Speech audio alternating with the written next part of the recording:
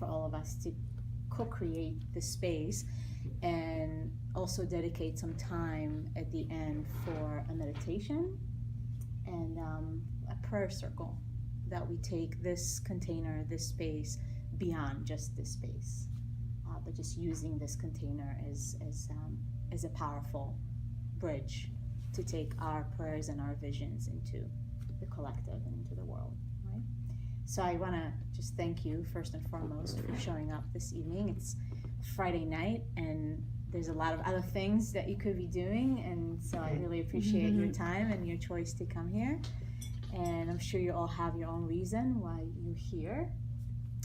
And I just want to kind of, if you want to raise your hand, how many of you are familiar with astrology or know some astrology? Lucky if I know my own sign. Just a little bit. A little bit, okay. You're more basic. Yeah, it's same at the end. It's at the end of the day. Yeah, that's just how I see it. You know, they like to create separations, like, oh, this and that. It's like, no, it's the same. So most of you, the majority, know really not much about astrology. Why are you here? I'm curious. I'm curious. You're curious. Awesome. Who else is curious? Curious about astrology or curious about... Yeah.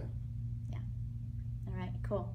So astrology is an ancient wisdom. That's how I see it. It's been around for thousands and thousands of years.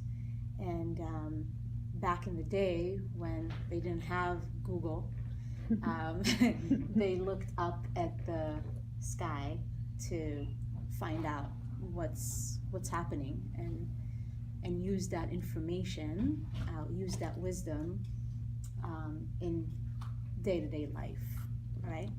So astrology, what I like to do is to demystify the whole thing, the concept of astrology.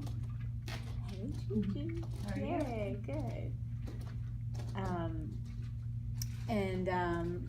Really understand that we use astrology. It's an ancient wisdom that we can use in our modern time to understand more about ourselves, to understand more about life, and to navigate these great times of transition and transformations that we're all experiencing. And that's the reason why I even decided to do these talks, to bring astrology into, okay, what's actually happening and what's going on in the world, what's going on for us individually, what's happening in the collective. And if you saw, the title of the talk is about ascending through time and space and the whole process of ascension. And I'm curious how many of you have heard the term ascension, that we are ascending. How many of you are familiar with that concept? Yeah, pretty familiar? All right. So my perspective when it comes to ascension and what it means, another thing that I like to demystify, ascension is basically our own awakening and taking the veil away, and for all of us as individuals and as a collective to understand and know ourselves and the true nature of who we are. And to me, that's what ascension means. And when we really connect to our own divine essence, we have, when we all dive into our true divine nature, and when we're really in touch with that essence, that's when we can ascend our consciousness, and then we come together and we do it together as a soul family. And there's a big wave happening right now, and I'm just going to bring a little bit some esoteric spiritual concepts into the talk and into the topic of this big wave of awakening. There's a big shift that is happening, and I'm sure that you've all experienced that and have been experiencing that in your own individual lives. Now, when there's a big shift that happens, and when things really transform and change, the period in between, I like to call it like the twilight zone. And to some degree, we are a little bit in that zone right now, moving from one phase to the next, from one era to the next. It may feel a bit chaotic. And on an individual level, on a personal level, you might have been experiencing some of that chaos in your life. Just a lot of things are changing. A lot of things are shifting. Things, perspectives, beliefs, way of being, way of thinking, way of living are kind of up for evaluation. Does that resonate? Okay. And this year, if we take 2016, it's the year of purification. It's a 9-year, just kind of putting a little bit numerology into the picture. 9 years, a year of completion.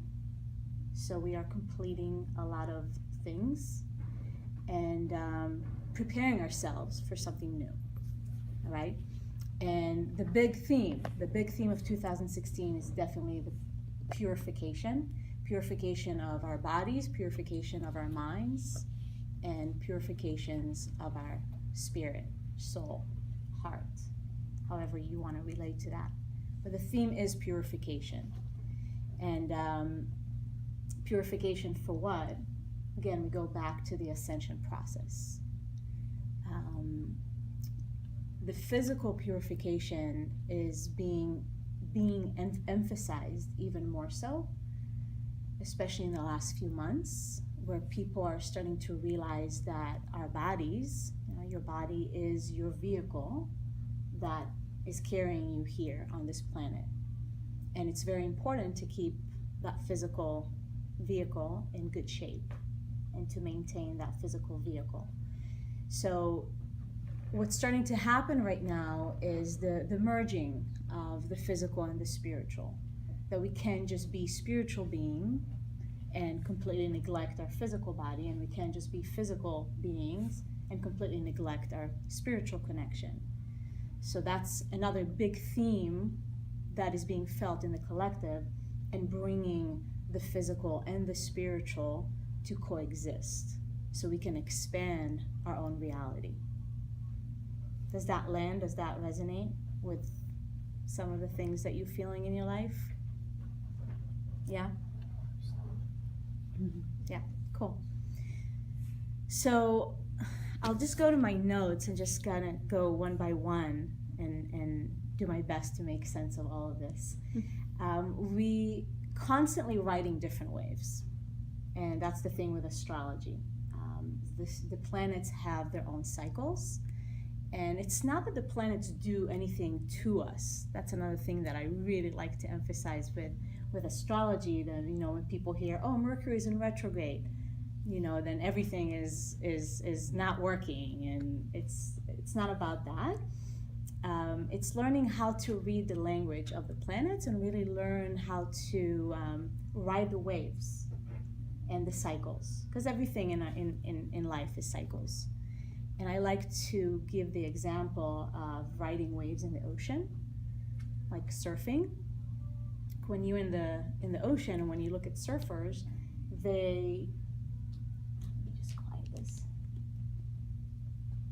when you look at surfers, they read the ocean. They look what's going on. They feel the ocean. They look at the waves. They look which wave is about to come. Which wave am I going to surf? Which wave I'm just going to sit and wait. And it's the same thing in life. And with the planets moving in their own cycles, and how we can take the language of the planets and the interpretation of that and learn how to ride the waves. So, life brings us challenges. We can't avoid that. It's not about not being challenged in life, but we can learn how to navigate those challenges and how to move through those challenges with ease and grace. So just like in the ocean, when you see, okay, this is a wave, great, I'm gonna ride this wave full force. And when it's not so great, you're just gonna sit and wait and feel and see what's the next wave is gonna bring. So I like to go over the current wave and what exactly is happening right now. How can that relate to you and your own individual life? And then tie it into the bigger picture for us as a collective and what's happening for humanity. All right? So definitely going to start with what just occurred 2 days ago. We had the full moon. I don't know if you are aware that was happening. It was hard to ignore. It was a very, very powerful full moon. Extremely powerful. Personally, one of my favorite full moons of the year. The sun is finishing its cycle in the sign of Leo, and the moon was in the sign of Aquarius. Now, for those of you that don't really know, like what is full moon exactly, what's happening, it's an opposition. The sun is opposing the moon, and that means that they're in opposing signs. Okay, we've got 12 signs of the zodiac, and we've got 6 pairs. And there's an opposition that happens every full moon. So once a year, we get the opposition of moon in Aquarius, sun in Leo. All right? Sun in Leo, what does that mean? What is Leo? And that was the last talk that we focused on that. Leo is the heart. One thing about Leo is the heart. Leo is all about love. It's about joy. It's about self-love. And then we take the moon in Aquarius. And what is Aquarius? Aquarius is the global family. It's community. It's coming together. It's really about humanity. And the way I see it and why it's one of my favorite full moons of the year is how can we use our own self, which is Leo, self-love, and also Leo is self-expression. How can we take our own self, the self-expression, who we are, shining our light, and using that as a tool to help humanity. Both Aquarius and Leo are so much about individuality. And we know that in our society, I mean, we live in a bubble here in North County. If you come to the soul, if you hear now, there's a bit of a different mindset. I'm sure that is going on for you. But generally speaking, when we look into society, what's going on in television and just the mainstream, individuality is not encouraged. It's not supported. It's like one size fits all. This is how you're supposed to be. This is how you're supposed to act. This is what you're supposed to do.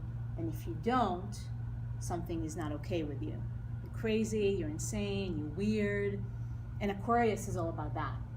Aquarius is out of the box, rebellious, do your own thing, be weird. When you say Aquarius, you mean the time of the year right now? Or the actual The sign. of The those people only are like that? The sign Aquarius, if you just take the sign without attaching it into What it people, represents? Aquarius represent those qualities, those types of energies. And people can take on those qualities, Mm-hmm. but they also come out at different times of the year depending on celestial body movements. Yes, yeah, good question. And please ask me questions if you want to. You can interrupt me, that's fine. Great question, thank you. The signs, we've got 12 signs of the zodiac. They're all archetypes, okay? So yes, each and every one of you has their own sign, a sun sign, moon sign, but we all have all 12 archetypes. We all carry those archetypes. We all have Aquarius somewhere. Some people are more Aquarian than others, depending on what's going on in your own birth chart, but that's like a whole different topic. But when we talk about just generally what's happening with the celestial bodies, is the current wave that I was talking about. So the moon was moving through the sign of Aquarius. Now the moon is in a sign for about 2 to 4 days. It moves quick. The sun is in one sign for 30 days. okay, and each planet has their own cycle. But every time we have a new moon or a full moon, it happens on a certain axis. So this specific full moon happened on Leo and Aquarius axis. But not only that, the Aquarian energy is very emphasized right now because the full moon was forming a sextile, it's called, an aspect. It was creating an aspect with the planet Uranus. And Uranus rules Aquarius. And Uranus is the planet it's the planet of awakening. And that's the big awakening that we are all feeling. And that awakening can feel very rebellious sometimes. It's like, I have had enough of this. I don't want to follow a certain recipe or a certain path that somebody told me I should do or supposed to do. This is how I'm supposed to look like. This is what I'm supposed to be. And sometimes it does feel like very rebellious. Like I've got to break free. That's what Uranus and Aquarius are all about. It's breaking free. And more people are coming into that realization. And it does create chaos. It does create chaos sometimes. But that's one of the reasons why this full moon was extremely, extremely powerful. With this formation to Uranus, giving it more power, and with the moon being in Aquarius, with the sun being in Leo, and it was a partial lunar eclipse. So it wasn't visible, it wasn't fully, what happens during an eclipse, that the moon gets covered. It was very mild, but nevertheless, energetically, there was a partial lunar eclipse. Eclipses are portals. They're activation points. And so this full moon was extra powerful with that activation that happened for that great awakening. Aquarius and Uranus, they rule our third eye. If you're familiar with the chakra system, with the energy channels in the body, third eye is what we can, the true seeing, the things that we can see beyond our just two eyes, and that great awakening that happens. It rules our pineal gland. And I'm going to go back to the purification of why is it so essential to purify the body and purify the mind, so we can keep our glands, so we can keep our pineal gland and all of our glands functioning and working on the highest level. And you don't have to, obviously, but I see us as humans that we came here to really experience our full potential. And that's another thing that Aquarius and Uranus really support us with, is to fulfill our true potential as human beings by going through the process of awakening to our true nature. So the purification of the pineal gland is directly associated with spiritual ascension, essentially. It definitely goes hand in hand. Yeah. Beautiful. Yeah, the pineal. It's the seat of consciousness. You could say that. The pineal gland is one of the most important glands in our body. All of them are important, obviously. We have them all for a reason. But so, again, what we see in society, even certain foods, and certain even television, and certain things that people are doing day in and day out, we shut down those abilities, the pineal gland and other glands that give us the ability to, again, see beyond the physical eyes, to be intuitive, to really feel beyond just our five senses. So if we shut down the pineal gland, we shut down a lot of our capabilities and our capacities that are beyond just the physical senses. So it's possible it's more than just a conspiracy theory that the fluoride in the drinking water is being used to calcify our pineal glands and suppress Oh, us absolutely. as a collective. Absolutely, yeah. That's just like a a whole different topic to dive into. A whole different, yeah, but that's the awakening that I'm talking about, and increasing the awareness. And I know that I'm talking to an audience, I'm making a safe assumption here that most of you are somewhat aware of that. And if not, I'm glad that you're sitting here today. And that's why it's important to not just put our head in the sand. And there's definitely people that would like us to keep our head in the sand, but that's the awakening. And more and more people are saying enough. More and more people are saying no. Not gonna happen. You know, we can't just pretend that things are not happening or things are just. Is this the lock anymore? No. Okay. And how about the sunglasses? We'll get a lock up Those are next mine, door, so sorry. I want to make sure that.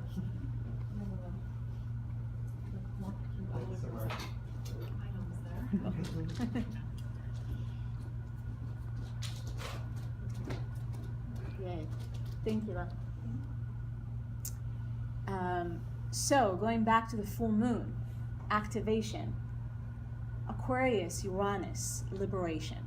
It's about freedom, it's about liberation, and to liberate ourselves, each and every one of us individually, from anything that you need to liberate yourself from. And it goes back into the purification of the mind, purification of the body, that through that process of purification, we can start liberate ourselves. And we can all check in with ourselves and know like little prisons that we've created for ourselves, if it's thought patterns, if it's emotional patterns, if it's physical patterns that keep us trapped or keep us in a smaller box of actually what our potential is. It really is. And it's not about beating ourselves up for it. So that's when we bring in the Leo energy again, self-love, like really loving ourselves through the process of awakening. Because when we start to awaken, we start to realize a lot of things about ourselves, about our past, about our present, but then we look into the future. Okay, where am I going? Aquarius, Uranus is about the future. And how do we create a better future for ourselves and for humanity?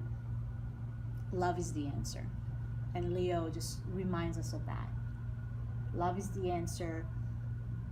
Your own self-expression, your own creative self, your own creativity, and whatever that is, that's what you want to use to move you into the future.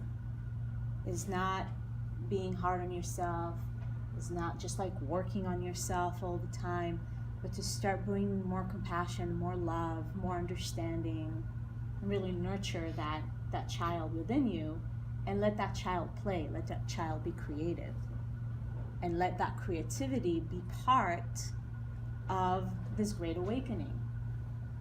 Like knowing that what you came here to express, what you came here to do, what you came here to share is very unique, and it's part of the bigger picture. So nothing is insignificant. And trying to fit yourself into a certain box is going to feel very tight if that box doesn't fit. It's like trying to fit your feet into shoes that just, like you just can't run with those shoes. You know, it's way too tight. And your soul, our soul, just wants to run free. All right, so that's the full moon. Big activation when it comes to that. Really tapping into what is my voice, what is my self-expression, my unique self-expression that I came here to share. It doesn't have to be a huge thing, you know, whatever it is for you, but to tap into that and start living more and more from that place, more from the place of the heart. And as humanity, we actually, that's what we're transitioning into. Next year, so the moon has nodes. It has south node, north node. All right, I'm not going to get into the scientific explanation of what that is exactly. But if you can just picture knots in space, that's what the nodes are, all right? It's not an actual body, it's not like a planet, but it's like knots in space. And the nodes of the moon, it represents the karmic journey. So when I look at your chart as an individual, each of you have their nodes somewhere, and that shows you the karmic journey of your own soul and your own self. But then as humanity, we can see, well, where's humanity kind of moving away from and moving towards, all right? So the nodes switch every year and a half or so, every 18, 19 months. We've been on this axis of Pisces and Virgo. The south node of the moon has been in Pisces. The north node of the moon is in Virgo. Virgo is cleansing, purifying. It's service. It's about cleansingness and wholeness, integration. And that's where humanity has been, and it's going to be there until 2017. That's the north node. That's where the universe, and if I'm going to use the word God, by the way, I just want to side note here. I use God as, it's not from a religious place. It's God to me as life, universe, source, spirit, however you want to call it. I just like to give that as a side note because I know that word has a lot of charge. So you call it whatever you want to call it. The universe, that's where it's telling us, okay, this is where we're going. The north node of the moon, Virgo. It's also reality. It's the earth. So more and more people are also connecting with the earth more, starting to realize the importance of our planet, like actual Mother Earth, and how important, and that we are the earth, and how important it is to keep ourselves clean and purified and be of service to the earth by using those practices, and keep the earth also safe, clean, and purified as much as possible. So that's where the north node is right now. And the south node of the moon is Pisces right now. And it's where the universe is telling us, just start moving towards the north node. Less the south, more towards the north node. That's the future. And the south node in Pisces is unconsciousness, it's addictions, it's can be attachments, and wanting to escape, which is the complete opposite of awakening, all right? And we see a lot of people that are, it's not necessarily the easiest process to go through this awakening and realizing so many things, and there is that pull to like, oh, I just want to check out kind of thing. And we all have our methods to check out, okay? Pisces definitely rules alcohol and substances and drugs and all that good stuff. But whatever the ways and the means that we use to escape reality, that's what the universe is asking us to, like, you know what, maybe it's time to reevaluate that. And us, again, we have power as individuals, each and every one of us. There is significance in the choices that you make and the actions that you take. There's a ripple effect. So to think like, oh, my choices don't make any difference because it's just my own individual life, it's not, no. And that's another aspect of Uranus and Aquarius. We are big family here, connected, and there's a web. There's a web that is unseen. And your choices, your actions affect the entire web. And it might sound trippy, but it does. It works like that, you know?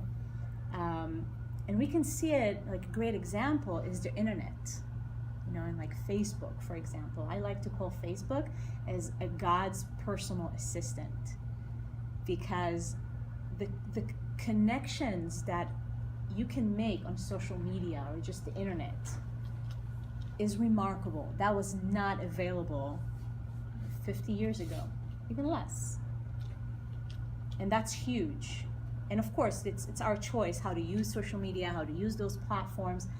But if we take like the higher expression of that and how that actually brings us together, that's the whole thing about Uranus. Because Uranus, Aquarius, they rule technology, they rule the internet.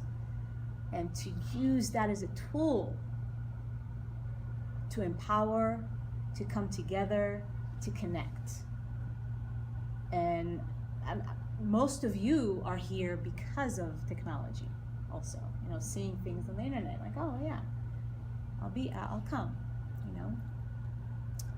So yeah, I go like tangents. I don't know how I even got to the internet, Facebook and all that.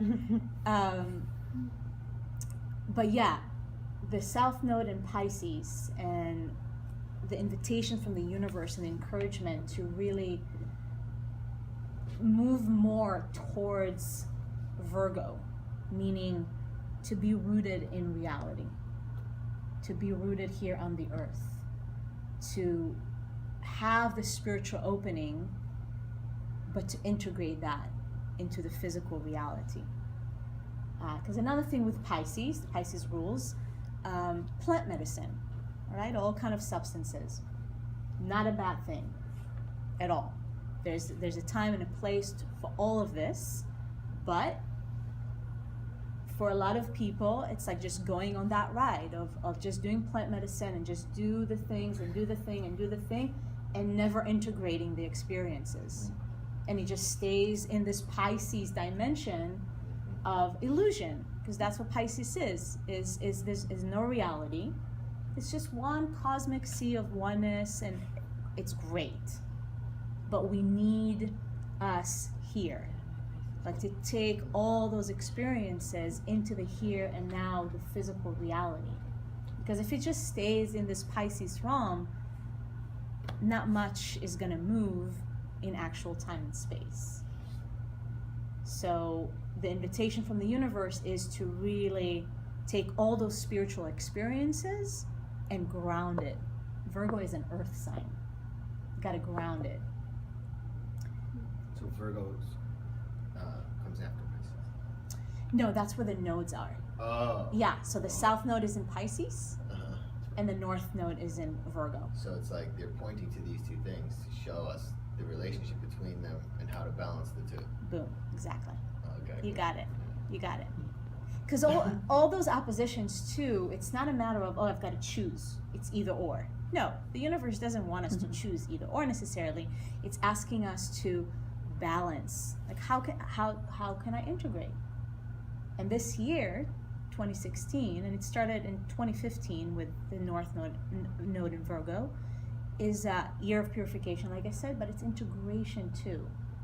Like if you've been, you all have your own individual journeys, but if you've been on this spiritual quest, let's say in the last few years, because big things definitely got activated in 2012.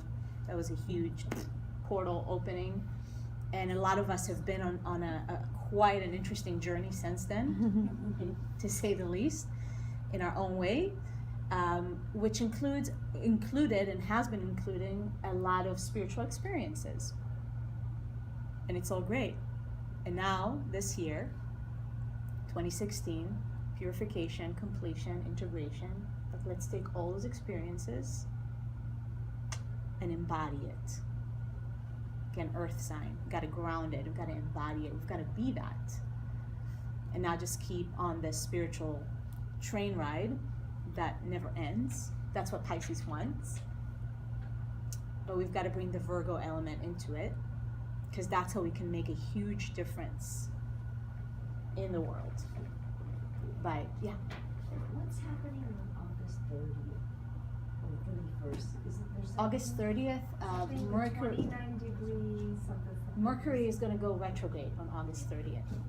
Something with 29 degrees, I've heard of that term before. So is it Mercury at 29 degrees and then something? I know the Mercury is going to go retrograde. I'm not sure, and what degree is going to go retrograde from. It might be 29. It might be. Does that have some big significance? It can be, but that's nothing like really relevant to That's more like numerology and different numbers, and that's like another 2-hour talk. Somebody sends me an astrology forecast. Yeah. She wrote about something about for the world. It was something happening with the 29 degree, and that like we would watch it unfold. You know, like it would be something really significant, but I didn't know what that meant because it was very written generally, but Okay. it seemed at the same time very specific. If you can send me that, I'm just curious to see, because I don't, 29 degree, I don't, which planet, or the only thing I know is that Mercury is going to go retrograde on the 30th. Okay. Maybe it's that. Yeah. So going back to the notes for a moment here.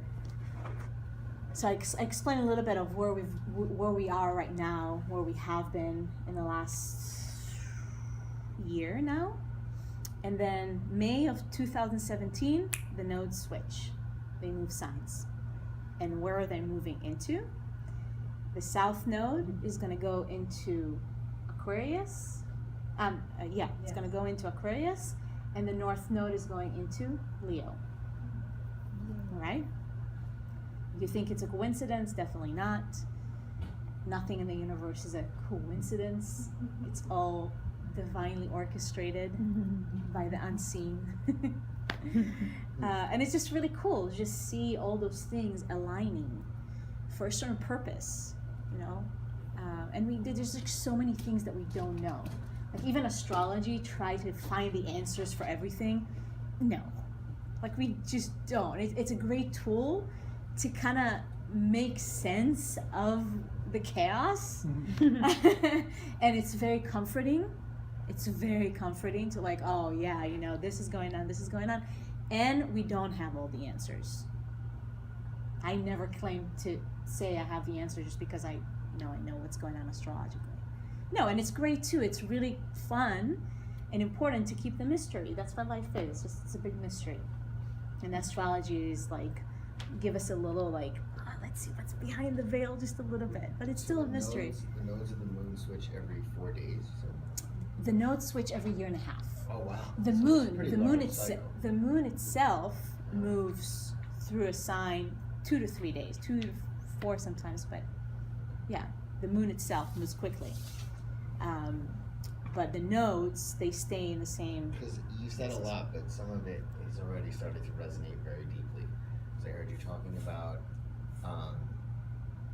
working with plant medicine and activating the pineal gland and ascension and the nature of the Pisces, of just this oneness and this, but needing to have ground and to have integration and how important that is. Right. And so that just kind of hits home very closely. Excellent. Yay. In a lot of Glad. ways. I'm happy. So, Yeah. Yeah, because I had a period in my life in the past where I was doing a lot of work with plant medicine, but it was very much in that state, and I wasn't getting anything out of it. And now I'm transitioning from a period of very little of that work again back into it, but back into it with caution and back into it with Discernment. Exactly. Boom. That's what Virgo is also teaches us. Discernment. Yes. But we've got to know ourselves. Again, going back to awakening to your own true nature, which plant medicine helps us. Yeah. It's just there to show us, you know, like this is who you are. And then it's about, oh, can I embody that? Can I live as that? Can I be that? And then you learn more about yourself and who you are, so you can actually develop the ability to discern yes or no. This is for me, this is not for me. I'm going to go here, I'm going to go there. But if we don't know ourselves, if we're not connected to who we are, it's hard to have discernment. So Virgo, again, brings us back to that.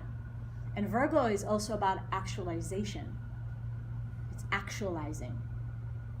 Pisces is the dreams, is the visions, is the inspiration.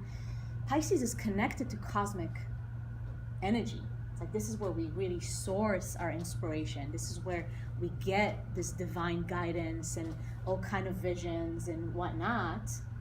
It's amazing. And then Virgo helps us to actualize it. How do we actualize it? How do we bring it into reality? Yeah. And Virgo is really big right now. So I was talking about Aquarius and Uranus, but we've got a lot of energy in Virgo going on right now. So the North Node is in Virgo. We've got the planet Venus, which is in Virgo. We've got the planet Mercury, which is in Virgo. And on August 22nd, the sun is going to move into Virgo. So we are in the last few days of the sun in Leo. There's still a lot of fire. If you look at the chart of what right now, there's absolutely no air. You know, we've got 4 elements: fire, air, earth, water. All right? Can't have fire without air. Yeah, that's true.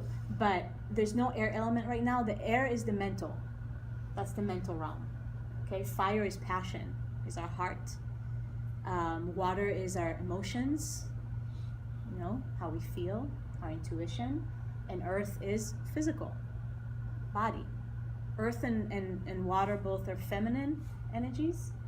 Air and fire are the masculine energies. All right?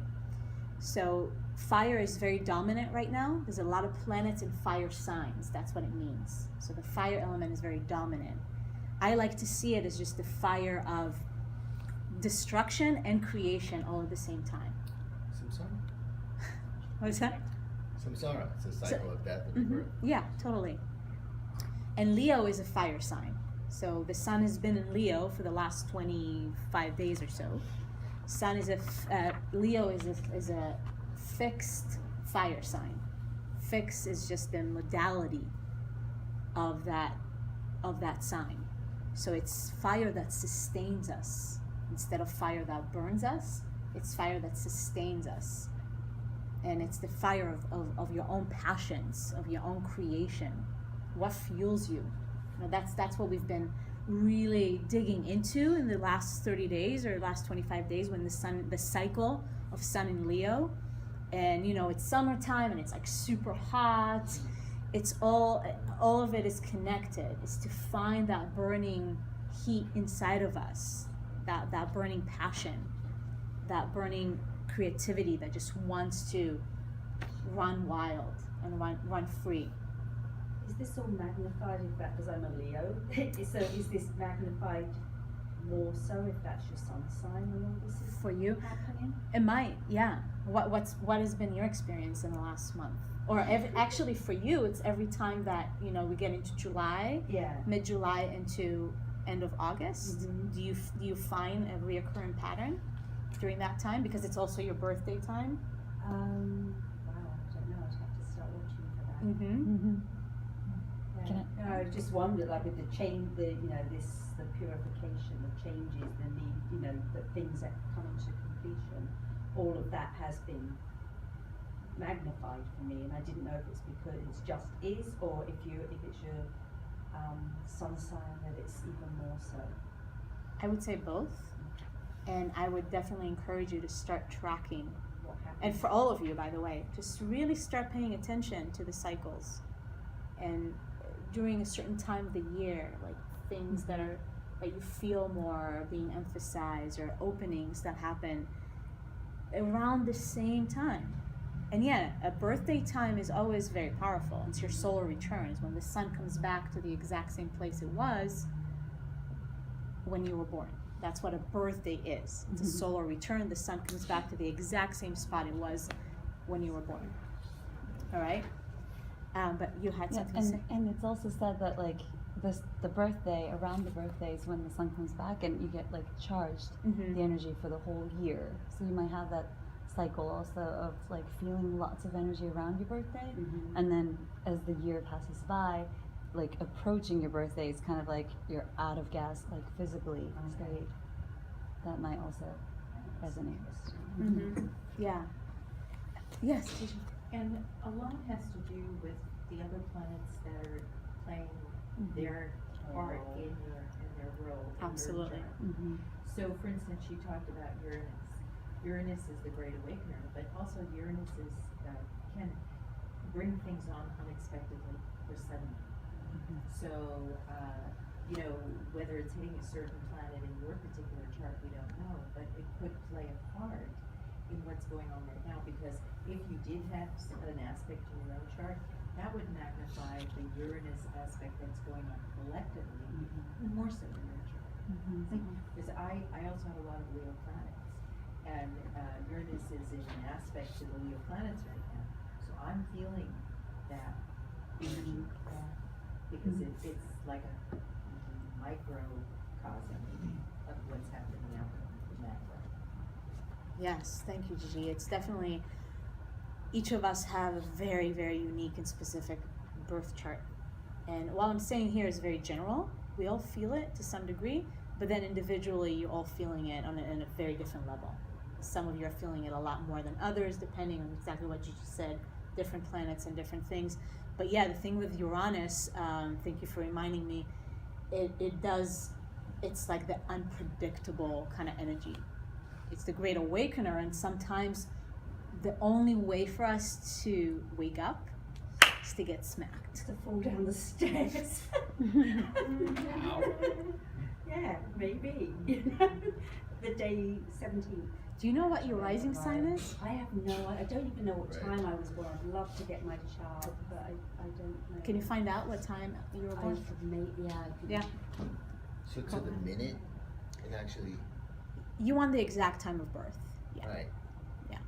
Huh. Things, there's certain things that shift, even in like a window of an hour to 2 hours, you know, that would be different. And even though it's a subtle difference in your chart, but the subtleties are very significant. So the more I know about my own astrological position, the easier I can move through understanding what's the changes that are happening around me, with the others around me, and the environment. Absolutely. Yeah. Or the solar system, maybe. Mm-hmm. Yeah. Yeah, the knowing your astrological chart is just a tool to know yourself better. You know, that's the bottom line. There's so many systems out there, and they're all great, and it's just finding what resonates with you and use that tool to just get to know yourself better. And one of the things that I love about astrology, and that has helped me tremendously on my path, is when you look at your chart and then you look at other people's charts as well, and you realize, like, whoa, there's just no place to compare. Everyone has their own unique journey, and it makes you understand yourself better and really have so much more compassion. Like, geez, I am a rock star for actually like surviving all this, you know, like all this, like being hard on yourself and beating yourself up for whatever. It's just like out the window. And that's a big thing that I'm seeing right now with a lot of the things that I've been talking about. That belief system and the structure that we've built around beating ourselves up and just being hard on ourselves, it's like time to go. And that's going back to what I was saying, the node switching and the north node going into Leo is love. Like, Leo is the heart. And the purification that we've been going through, and the plant medicine and all the tools that we've been using, yoga and Kundalini yoga, all the spiritual tools that we've been using, it's to really open our hearts. And it's, again, not a coincidence that in 2017, the nodes are moving and shifting, and the north node is going into Leo after it's been in Virgo, helping us to actualize, to embody, to integrate, to really ground. Then we move into Leo, the north node in Leo, and it's going to be there for 1.5 years. All right, it's really time to shine. Each of you individually and as humanity, really time to shine. It's really time to express yourself. You know, Leo is the king of the jungle, the queen of the jungle. And it's also learning and knowing how to enjoy life. Leo is joy. Leo is playfulness. So Virgo can be a lot about just hard work. It's work. It is. And Leo is like, I just want to play. And we have been going through a lot of just like work, and then we're moving into more of, yeah, it's time to create, and it's time to play, and it's time to create art in whatever way that you create art. You know, we all have an artist within us. It doesn't look a certain way. But it's time for that to celebrate, to dance, to create music, to celebrate life. Yeah. And again, it's also a matter of balance. It's always coming back to like, yeah, the work, but going into Leo, it's things are going to shift as we go into 2017, right? So the full moon that was happening was kind of, because it was a partial lunar eclipse, like I said, a preparation for what's coming in September. So I want to touch on that a little bit. Just a few things that are happening this month and towards the end of the month, and what are we moving into September, because September is one of the biggest months, I would say, of 2016. June was a crazy ride. And then September is kind of like not the same intensity of June, but it's pretty significant and powerful. We've got 2 eclipse seasons each year. We had one in March, and then 6 months after, we've got the second eclipse season. So the first eclipse is going to happen September 1st, actually, and that's a solar eclipse. Okay, I'm going to give you a little bit of the science behind it. Solar eclipse happens during a new moon. New moon is when the sun and the moon actually come together. All right, that's a new moon. Full moon, it's opposition. Right, so if you think about the moon moving around the earth is circling around the sun, and then we got the new moon. 2 weeks later, we've got the full moon. Right? Make sense? You have the visual? So September 1st, solar eclipse in the sign of Virgo. Again, going back to what eclipses are, activation points, portals. And we're gonna feel the theme of Virgo very big time. We're starting to feel it now, and then moving into September, it's gonna be emphasized even more so. So it's like the universe has been tapping us on the shoulder, anything to do with purification, anything to do with cleansing, anything to do with being grounded, anything to do with actualizing. It's gonna get even bigger with the solar eclipse in Virgo. New moon. A new moon is always the beginning of a new cycle. It's planting seeds. All right. Another very important aspect when it comes to Virgo. Service. And a big piece of this great awakening that so many people are also starting to ask the question of how can I be of service? Like the whole idea of purpose. You know, if Leo is about purpose, and then Virgo comes into the picture of taking, because Leo can also be a bit selfish. Okay, to be honest, there's that aspect of just, it's all about me. Leo is just all about me. And Virgo is that in-between zone from Leo to Libra.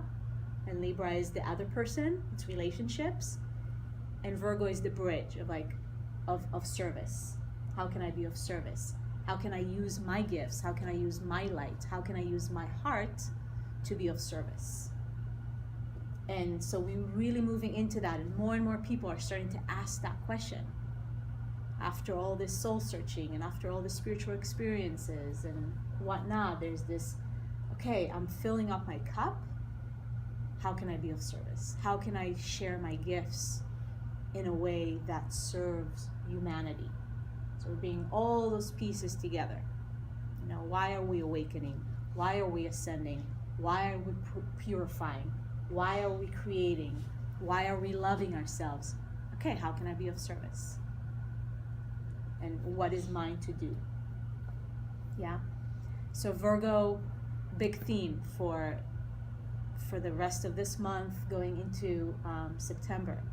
The solar eclipse in Virgo, new moon, new cycle, and I want to invite you with the solar eclipse too. It just gives the new moon or the full moon more of an oomph, so to speak.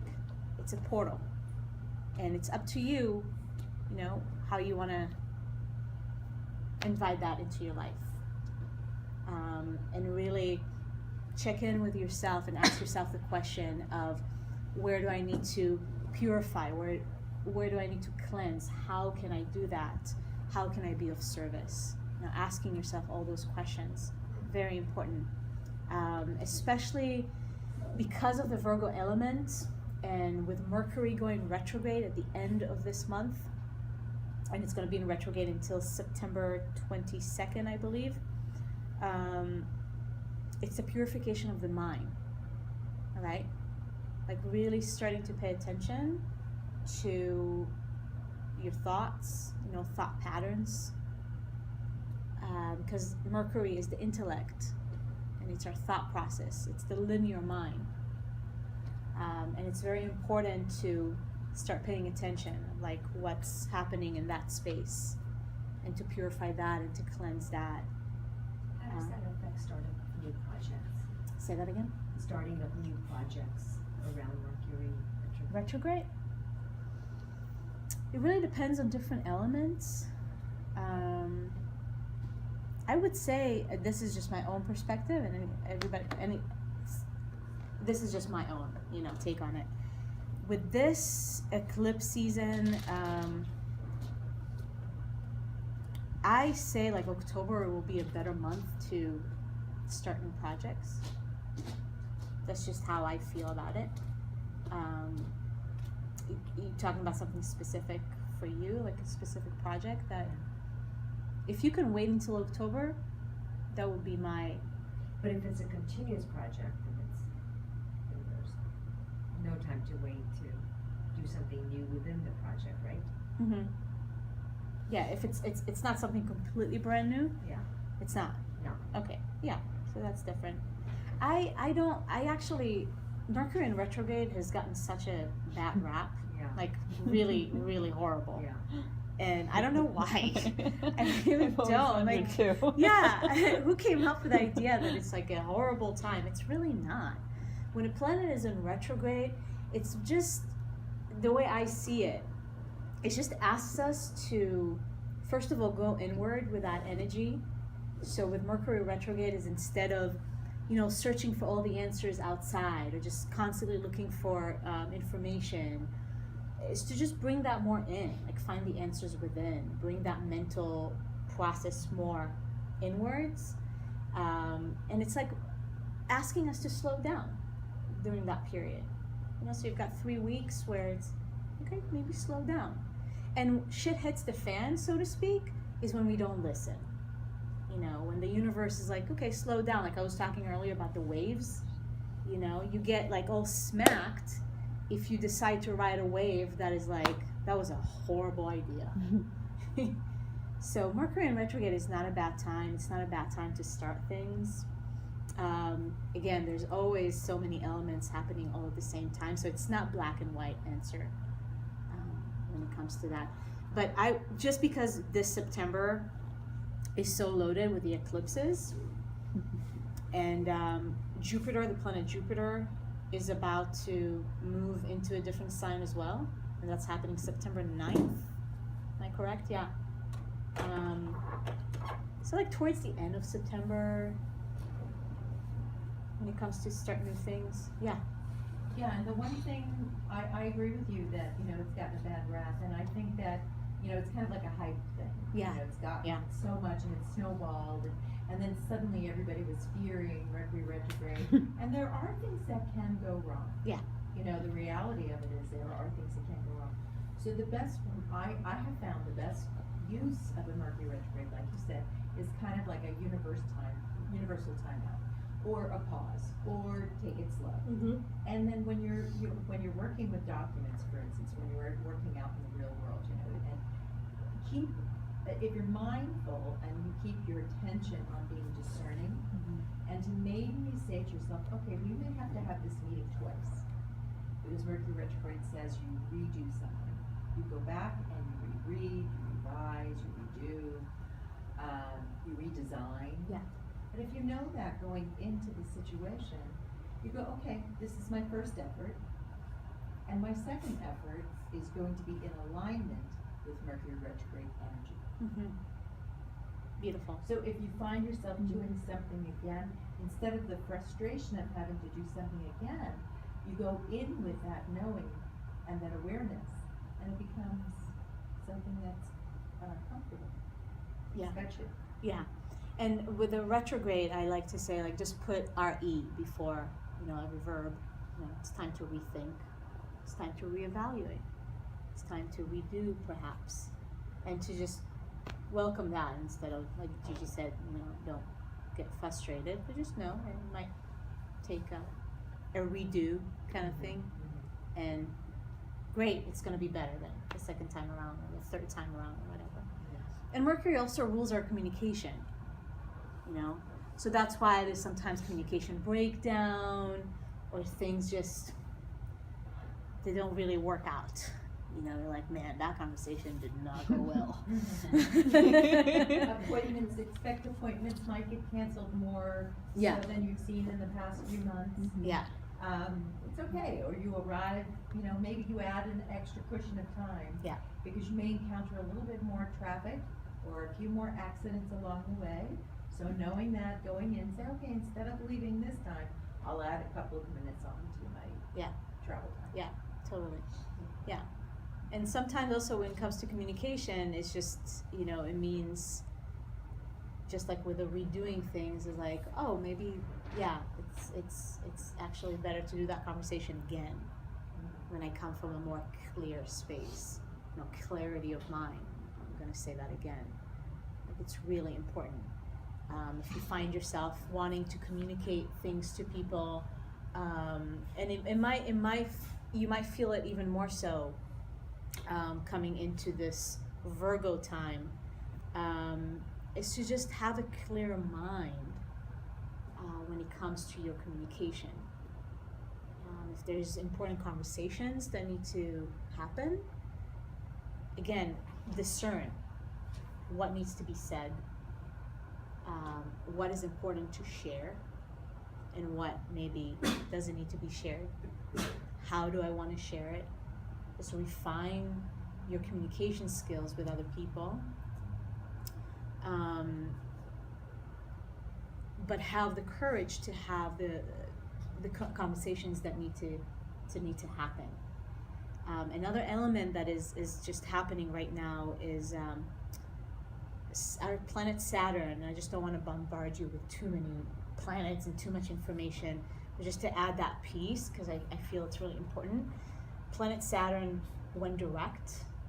It was in retrograde for a few months, and that's a heavy energy to start changing course.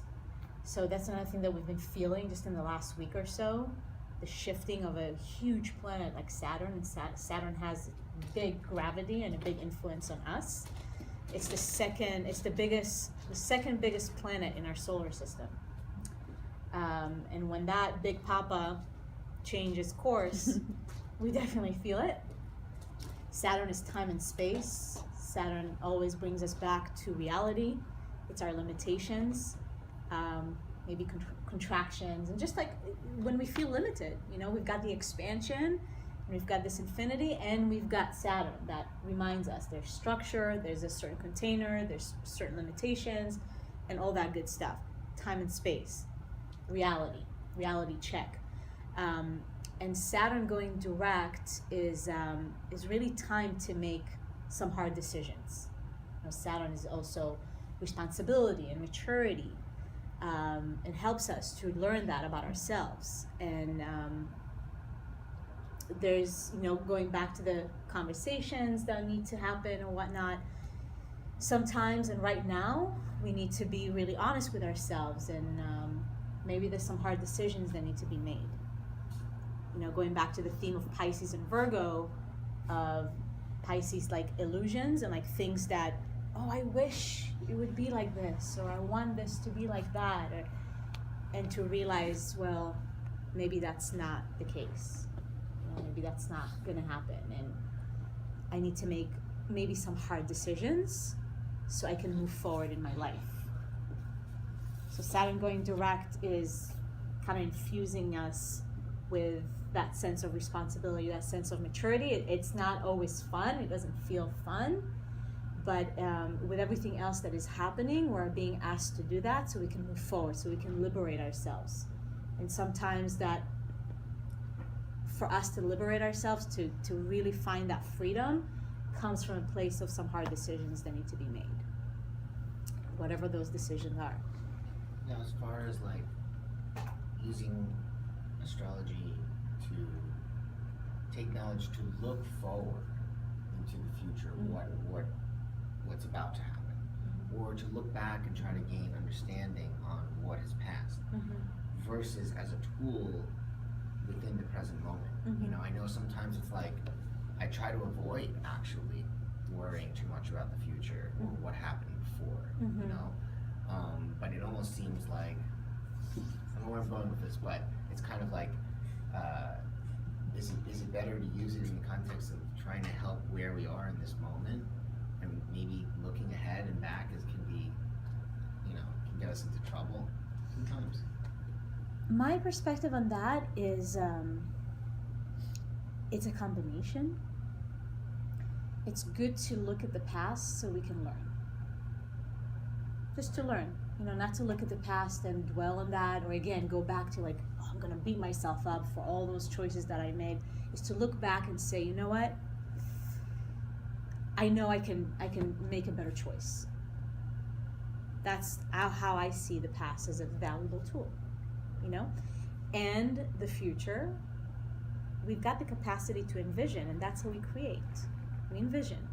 But we don't, and that's another thing with Aquarius and Uranus, unattachment.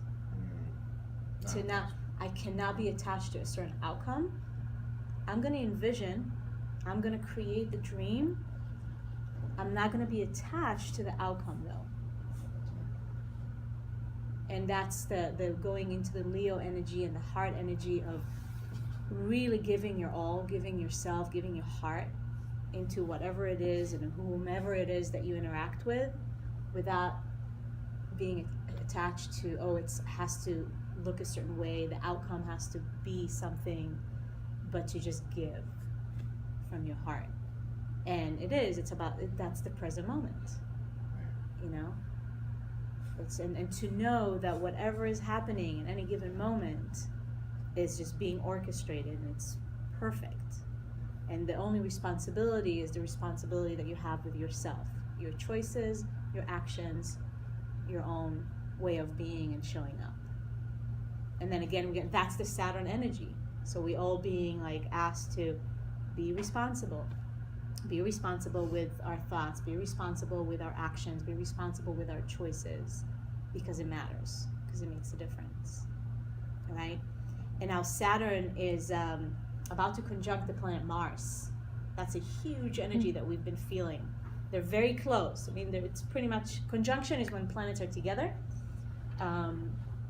And Mars is approaching Saturn. Now, those are two very different energies. Mars is a fire planet. It's action planet. It just wants to go. It can be very impulsive.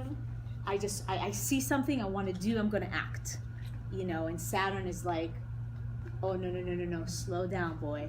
You know, Saturn is like the big papa, the big grandpa. And Mars is like the child that just wants to run and do things and be very impulsive. So those two are coming together. Now, there's so many ways that you can interpret that. The way I interpret that is, I mean, first of all, it can feel as if you want to act, and there's like, you know, one foot is on the gas, one foot is on the brake, kind of an energy. And then Mars is going to pass Saturn August 22nd, I think. So right at the same time when the Sun is going to go into Virgo, Mars is going to pass Saturn, and there's going to be a shift. Again, a new cycle, a new wave.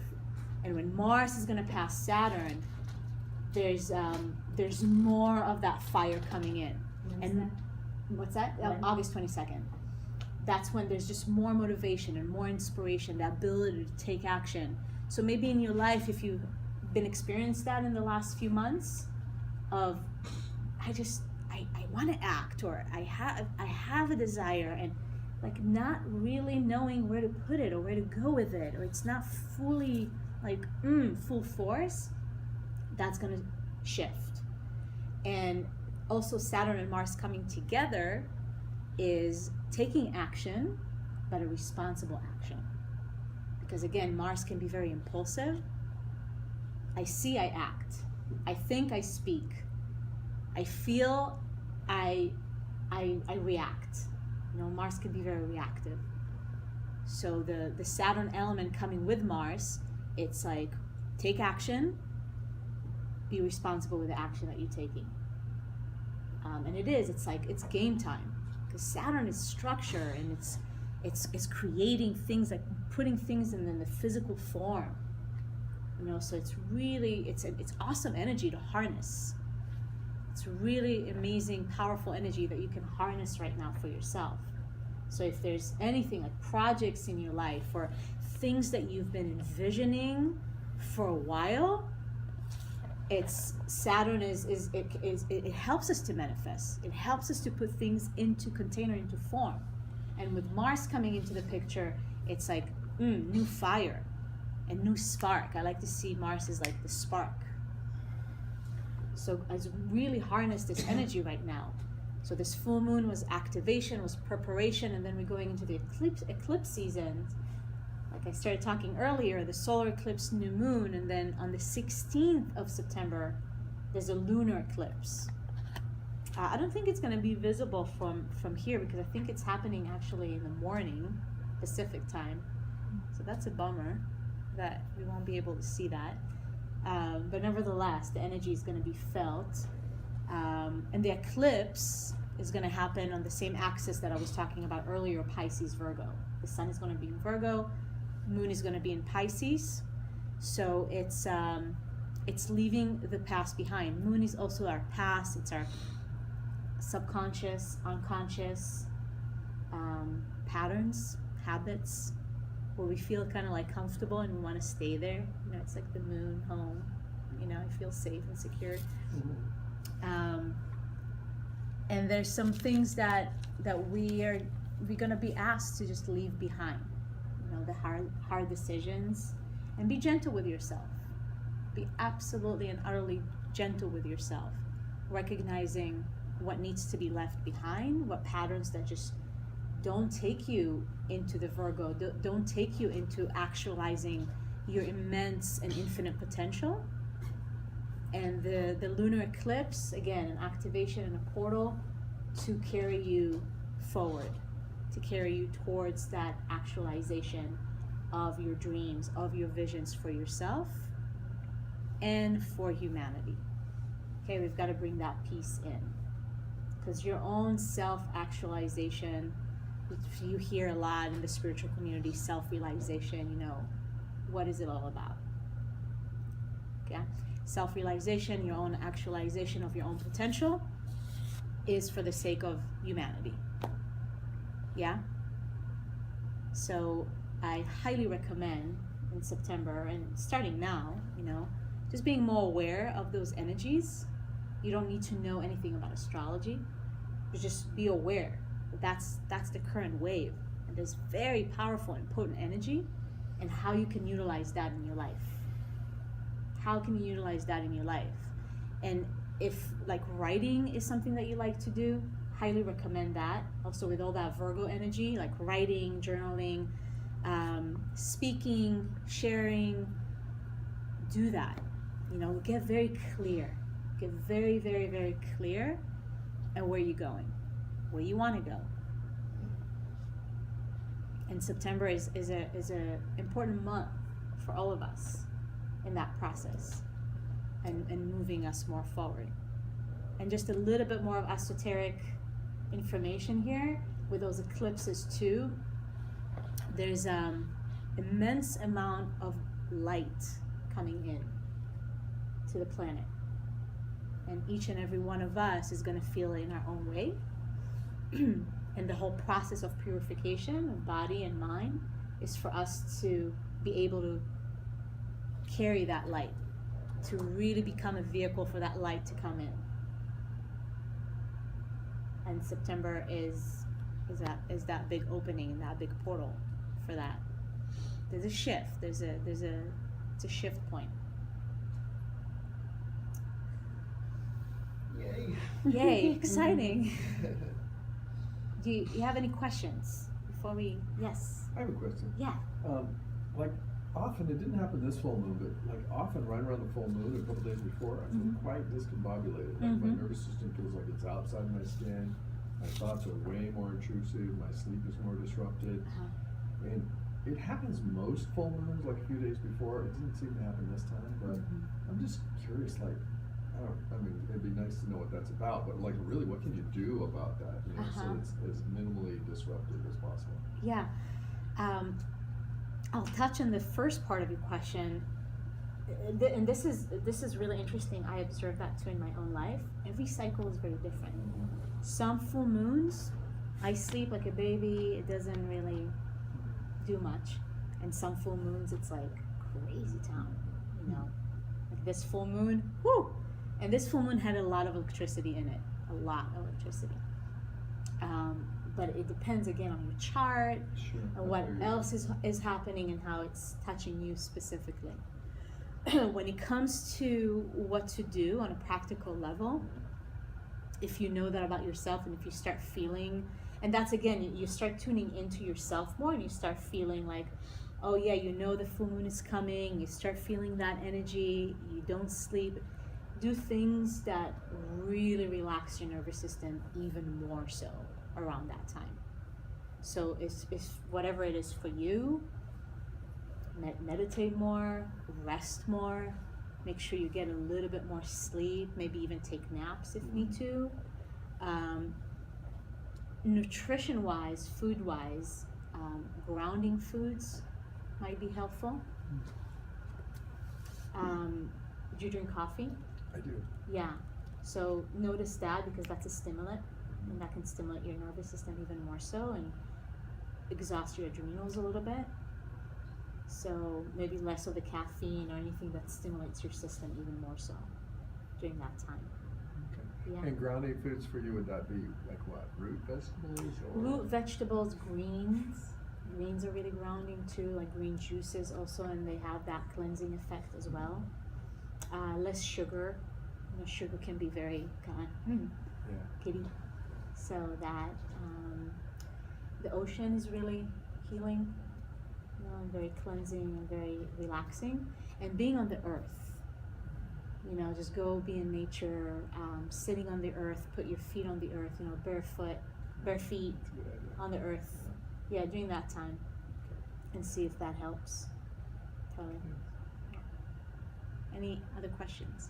In addition to that, too, with women's cycles and being in sync, Totally. what is your, I mean, I know you're more in tune and sort of feeling it more, but just sort of your philosophy on that, or Instinct, because the every cycles, like, you know, whatever it is, you know, with whether it's with menstrual cycles. yeah. But because every woman has, I know for even my cycle, it changes sometimes too. Like you can be in sync with a new moon or full moon. That is that your question or? Yeah. Yeah. So, and maybe ovulation on the new moon, And then bleeding on the full moon. Yeah. Mm-hmm. So, what is your take on that? In my own life, what I've experienced is bleeding on a full moon can feel a lot more intense. There's just a lot of emotions. There's a lot of sensitivities. The full moon is just, you know, there's that fullness, and you can feel that when you're more sensitive as a woman. Also, and you just get filled with so much, it's like full of emotions and